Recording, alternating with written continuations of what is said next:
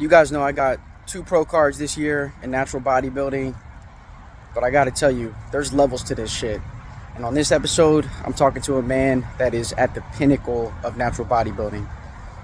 12-time champ, NGA Universe winner, 2022 OCB Yorton Cup winner, Desario Smith. Class is in session. Listen up. Enjoy.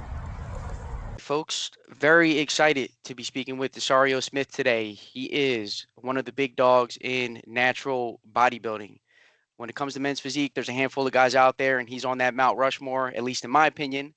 I know this Thank is a podcast and supposed to be a conversation, but I selfishly will be picking this man's brain today for my own benefit. Desario, welcome to the Reason and Reps podcast. thank you. Thank you for having me. Yeah, my pleasure. My pleasure. So, all right, let's just hop right into it here. So, when it comes to bodybuilding, you have local level shows, you have national level shows, you have different organizations. You've competed in, I think, NGA, OCB. You've pretty much run the gamut, right? Yeah, I've competed in 4 different leagues, as well as a non-sanctioned event for Mr. America. So OCB, NGA, USBF, and also IPE. So Okay. 4 leagues, and like I said, Mr. America is its own entity, so it's a non-sanctioned event, although it is drug tested. I see. And where are you located? I haven't heard of those. So I'm familiar with OCB and NGA. What are the other two organizations you mentioned? USBF Okay, and IPE. perfect. And where are you located? Me, I'm currently located in Tallahassee, Florida. Okay. Are they more prominent in the South? Those other leagues or No, actually, the I would say the IPE has a lot of shows in the on the West Coast, Midwest, Kansas City area, Missouri. USBF, they've just expanded, so they have quite a few shows in Florida now. They got some new promoters that I think transferred from NGA over to USBF. So USBF is growing. They had a decline last year because they didn't even have a championship show, but they're picking up speed now. Um, but yeah, back in like 2022, USBF was also pretty popular. Um, NGA, I think they have less shows now because of that transfer of promoters. Um, but yeah, NGA was the second organization I delved into after OCB, because OCB is the organization I actually earned my pro card with. The other organizations, once you earn your pro card, eventually they allowed pro athletes, once they purchased the membership of their league, you were allowed to compete as a pro at their pro shows. So it's not like you had to earn your pro qualification 4 times. It's once you earn your pro card, you're considered a pro, and you just pay your membership for the other leagues in order to compete. So it just opens up uh, your pool of shows, depending on where you may be located. okay. You know what's interesting about that? So I earned my pro card with NGA Mhm. and competed as a pro in a league called AMBF. Not sure if you're familiar with that league. Yeah, I'm familiar because the ANBF president actually still competes as a And master Burley. bodybuilder. Yes, Kent Yeah, Burley. he's I a good know him guy. personally. Yeah, I met him at multiple shows we've done together. Great guy. And yeah, that's his league, ANBF. I've never competed there yet, but I look forward to it one day. But I have some friends that actually competed there and won some shows there, so it's pretty cool. Yeah, yeah, Kent's a good guy, and that's a good league. But so the OCB, they don't take the other pro cards. You actually have to earn it there. So you having earned the card in OCB, that's probably the way to go. So I that would you say compete more so. They shows. they, they seem to be the leader in natural bodybuilding. I think they consider themselves number one because they offer the most shows nationwide. Um, so yeah, and another thing I would point out about OCB, if you notice, I don't know if you can see, but I'm wearing the hat right There you go. now. But they actually don't have a sliding scale when it comes to their pro payouts. With some organizations, it depends on how many athletes actually show up to compete. Mm. It would determine how much your payout would be. Whereas with OCB, regardless of how many people show up, if they said the payouts are 1,500 for first, 1,000 for second, 500 for third, and that's across the board at all shows, all pro shows. So at least they have Interesting. that consistency. What if only one guy showed up though? Is he getting the check? If only one guy showed up, yeah. If the promoter goes along with it, yeah. Interesting. Okay. Interesting. All right. So to give you a little background on myself, so for folks listening, for the audience, I actually found Desario because you go to NGA's national show, you go to OCB's Yorton Cup. He's the guy that has won those shows recently. So obviously wanted to get him on the podcast here. So I had a lot of success at smaller shows, and I think that gave me a false sense of like, damn, I got this in the bag, I got it going on. Right. Um, then at an AMBF show, there were four pros on stage. I got third, but I tell people I was closer to fourth than second. Um, the guy that won first, you probably he's been winning all the OCB shows. Tall guy, I think his name's Derek. Yep, I know him. Yeah, Flex, he's Flex God. Flex God on Instagram. Yep, good friend of mine. Yeah, Yeah. yeah. Okay, so I was on stage with him, right, and he was winning everything. So he won first. Yeah. Second was a guy named Jeff, young guy out I of. know Jeff. I know Jeff as well. A lot of Okay, energy on stage, right? yeah, yeah, dude, His dude, posing, his posing is dude. very unique. Yeah. Yeah, absolutely. He brings a I lot of like it. energy. Yeah, Yes. so Derek got first, Jeff got second, I got third, and then a friend of mine, Glenn, who I had on the show, got fourth. But like I said, man, I look at those pictures and I'm like, damn, I could have gotten fourth here pretty easily. So that Yeah. humbled me, and like I needed that. I needed to know that there's another level to this, and I Correct. found myself on your Instagram looking at the ab separation, the obliques, but just the whole package, and I'm like, all right, there's Mm, another level to this. most definitely. Most definitely. So talk to me about how you get there. Like let's go through your journey. Starting with your first show through you being at the top of the mountain at the Yorton Cup and the NGA universe. All right. So what I would say this before I even started competing or even thinking about competing, I had already been training for, I'd say, maybe 5 years on and off, you know? So I already established, I guess, a solid base for my physique.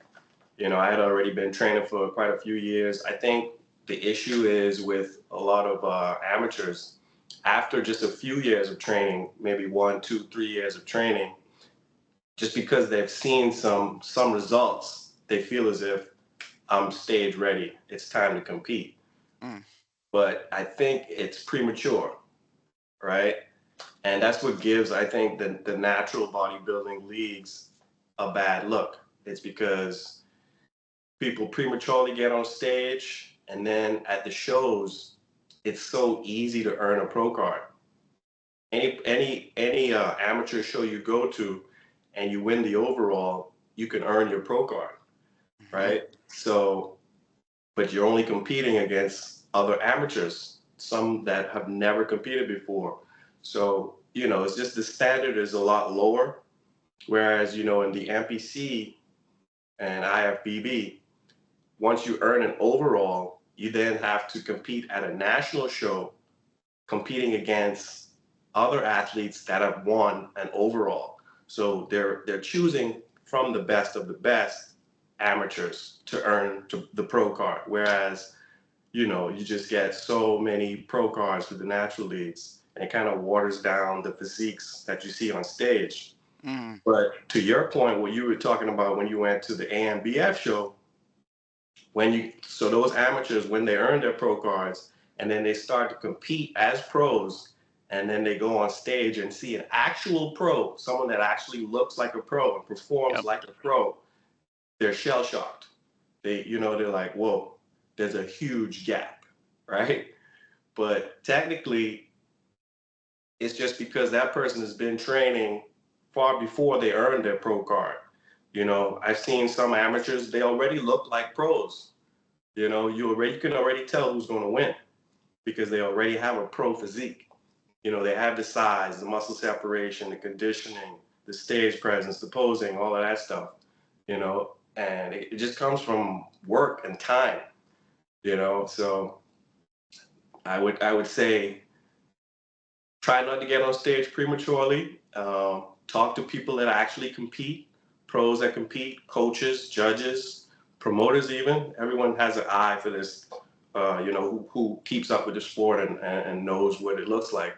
And get a realistic opinion on your physique and where you're at, where you stand, you know, what your chances are before you actually just get out there, you know. But that you did a good thing. You went through it. You saw what it was, you know, to get a first-hand view of what it takes to actually win. Because you can turn pro and never win a show, Right. right? But if you want to be competitive, you have to put in the time to grow.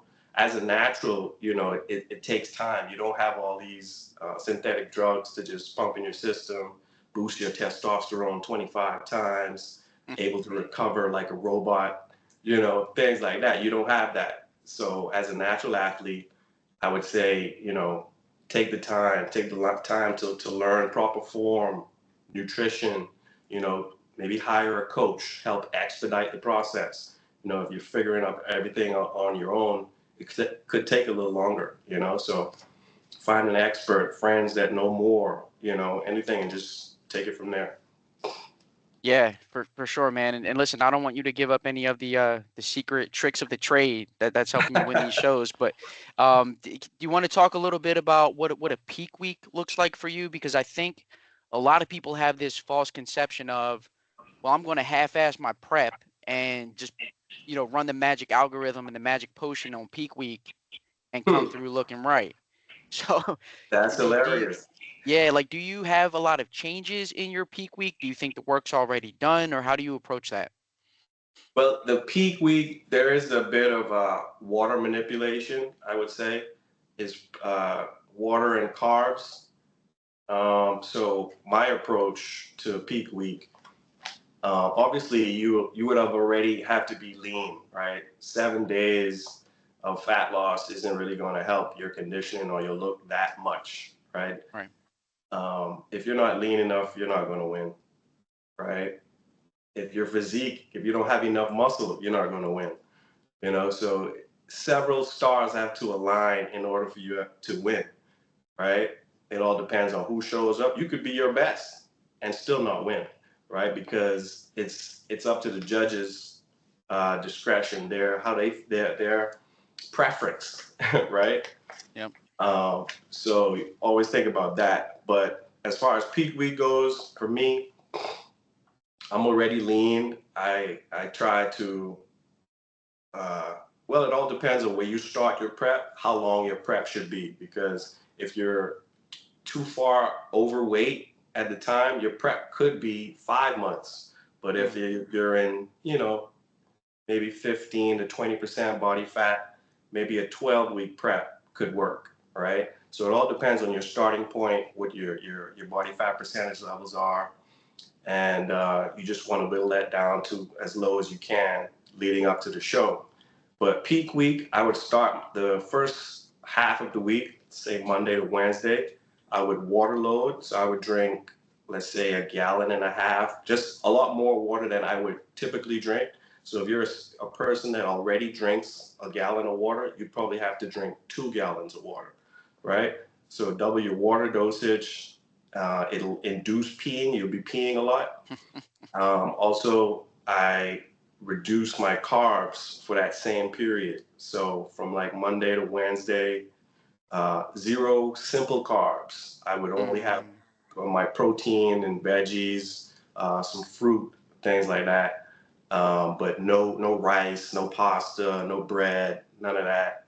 No wraps or anything like that for those 3 days. Because you have to realize carbs are carbohydrates, so they hydrate you, right? So you want to deplete the carbs, water load, uh, also to take the place of those carbs, you'll have to increase your protein intake just for satiety, just to feel full and, not be on edge or, as they say, hangry, right? So yeah, you would increase your protein by, I'd say, from, if you're going a gram per pound, go a gram and a half per pound, like that. And then after the water loading, carb depletion, increase your protein for those 3 days. You still have to train hard because your calories are so low. You don't want to lose muscle. People lose a lot of muscle during prep, thinking that, oh, I shouldn't train hard because I have low energy or low food. Your body's going to eat away at your muscle. So you still want to send those signals to your muscles that, hey, I still need you. I'm still lifting heavy. I'm still training hard, right? So send those signals to retain as much muscle as possible. You're not really building as much muscle because you're not in a calorie surplus. So just maintain as much muscle as you can and lose the body fat. All right, so midweek after the water load, carb depletion, increased protein, then I would reduce the water intake by half. So I'd go from, gallon, gallon and a half to say 64 ounces for the next day or two. We're at Thursday now, right? For a Saturday show, we're at Thursday. Thursday, Friday. Okay. And then I would say between, Thursday, I would say Friday, or by Thursday night, sometimes I would start to carb up. I would have, burger and fries, or maybe 2 burgers and fries, or and then the next Friday, the day before the show, I would have, pancakes, eggs, start to carb up. I like to carb up on dry, like cookies, biscuits, pastries, bready foods, right? So I begin to carb up, try not to eat anything like, like jelly donuts, anything that could possibly upset your stomach. And also no vegetables or fruit because of the fiber. Fiber tends to create bulky contents in the abdomen. So, you want your stomach flat as possible. You want to be lean. You want to show all your abs, all that stuff, right? So after, I'd say Thursday, no more veggies or fruit. Then you start the carb load. So, like I said, the pastries, cookies, sweets, but nothing. I wouldn't say candy or chocolate. You would save that for before you go on stage, like while you're backstage pumping up. I would use chocolate or some fast-acting drink like a Gatorade or a sweet juice or something like that. Also, you want to use so after you have the water that Thursday, that Friday you should just be sipping to down the food, to down the carbs. You're just sipping, right? So you should be beginning to feel dehydrated because your body is actually still going to be peeing at that rate when you were water loading, because you've drank so much water over the past few days. Your body's still kind of flushing it out, right? So you're still peeing, and that's getting you drier and drier. And then you reduce the water intake to about 64 ounces, and then the following day you're just sipping to down the carbs. And the same thing the morning of the show, just sip to down the food. You want to have a solid breakfast, and also, I talked about the no veggies, no fruit, and potassium. Potassium is also something that you would need to help shuttle the nutrients throughout your body. So I go with orange juice. So that's what I would usually be sipping on that between that Friday and Saturday morning prior to the show. Other than that, there's actually a paper out on this. There's a company called Renaissance Periodization. Yep, I'm familiar. And yeah, they did a video. It's called Peaking for Naturals. And in the video, if you look below in the details, there's a link, and they actually have like a peak week plan for naturals. So that everything that I just discussed is in there, but they also included salt. You can manipulate sodium as well. But what they said about sodium is um, it's tricky.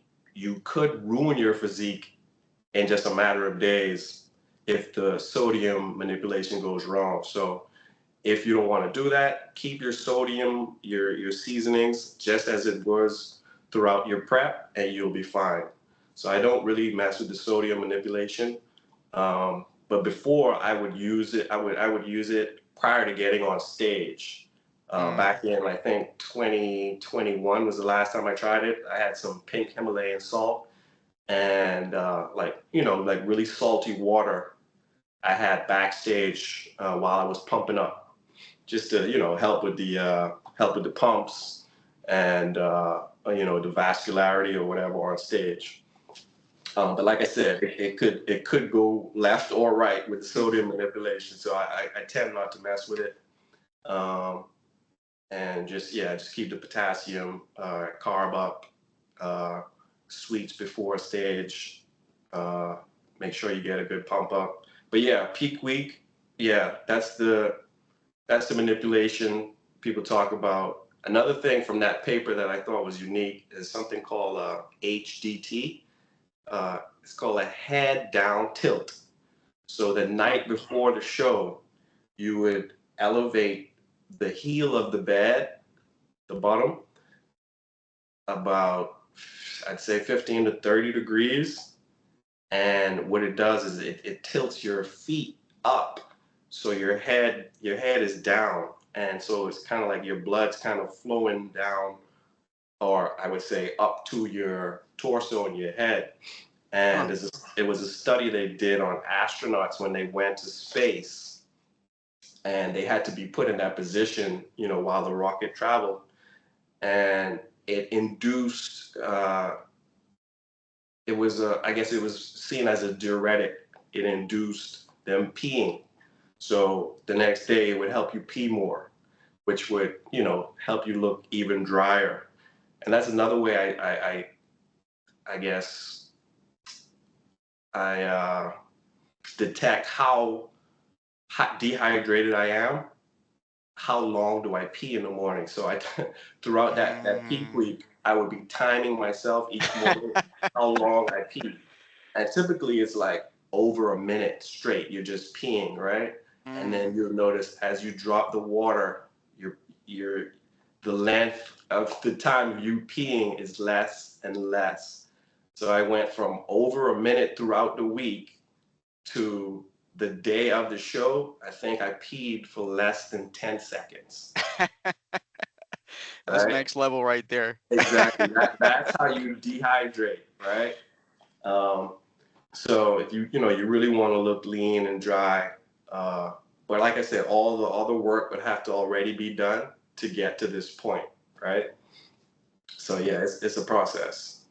Yeah. Now I hear some folks not as accomplished as you, but I've heard some folks say if you pull water as a natural, there's risk of flattening yourself out because your muscle needs the glycogen, water, and sodium. Right. So have you ever pulled too much water, or just what's your response to that thought process? Well, that's what the carb up is for. Okay. Those carbs are hydrating me. Oh, and also another thing, a double dose of creatine. So typically I take, everyone takes 5 grams of creatine daily. On the day before and the day of the show, I would take 10 grams of creatine. And you know what creatine does, right?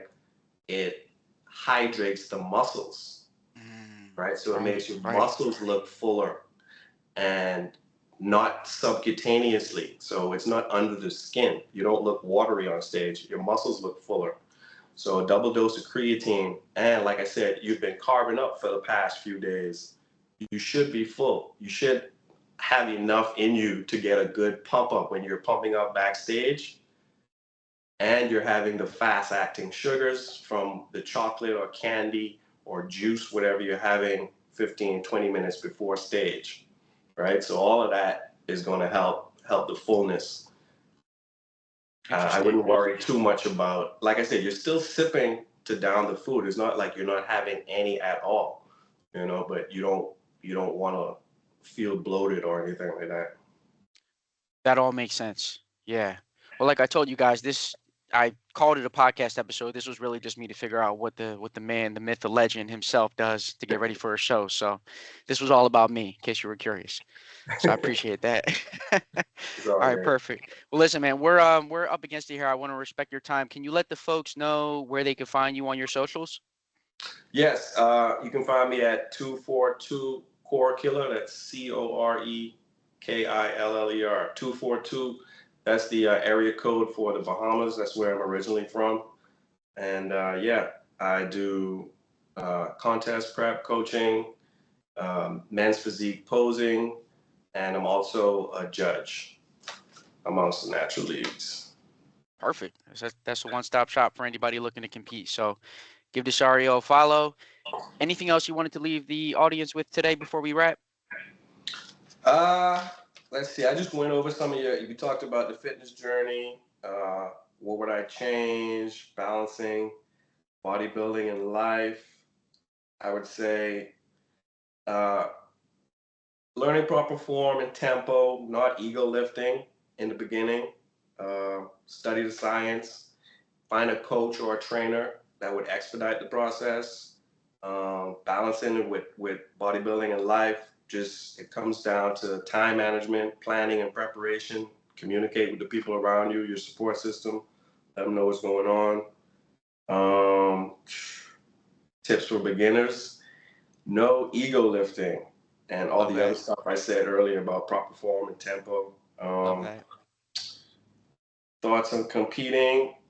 Competing is exciting. You get to network, travel, earn some payouts, and you make a name for yourself. Especially if you're a trainer, coach, or anything like that. It just helps your brand overall. And to touch on culture, I guess it's drug tested versus non-drug tested. Mm, Just kind of figure out your route. Think about the risks involved. A lot of people they just want to hop on steroids for no good reason. Like try to build a physique first, and if you want to take it that route, then do the research before just jumping into it. It is an extreme sport. Some people don't understand it. It's not really televised. It's kind of underground. And I right. think the steroids kind of gave it that bad name. So, we're us as the natural athletes. We're trying to bring it into the mainstream to let people know this can be done naturally. You can look incredible naturally. People follow the IFBB because of the eye-catching physiques. It's just out of this world. But a lot of it's due to the steroids, which you know a lot of people lose their lives. So the decision should be taken seriously.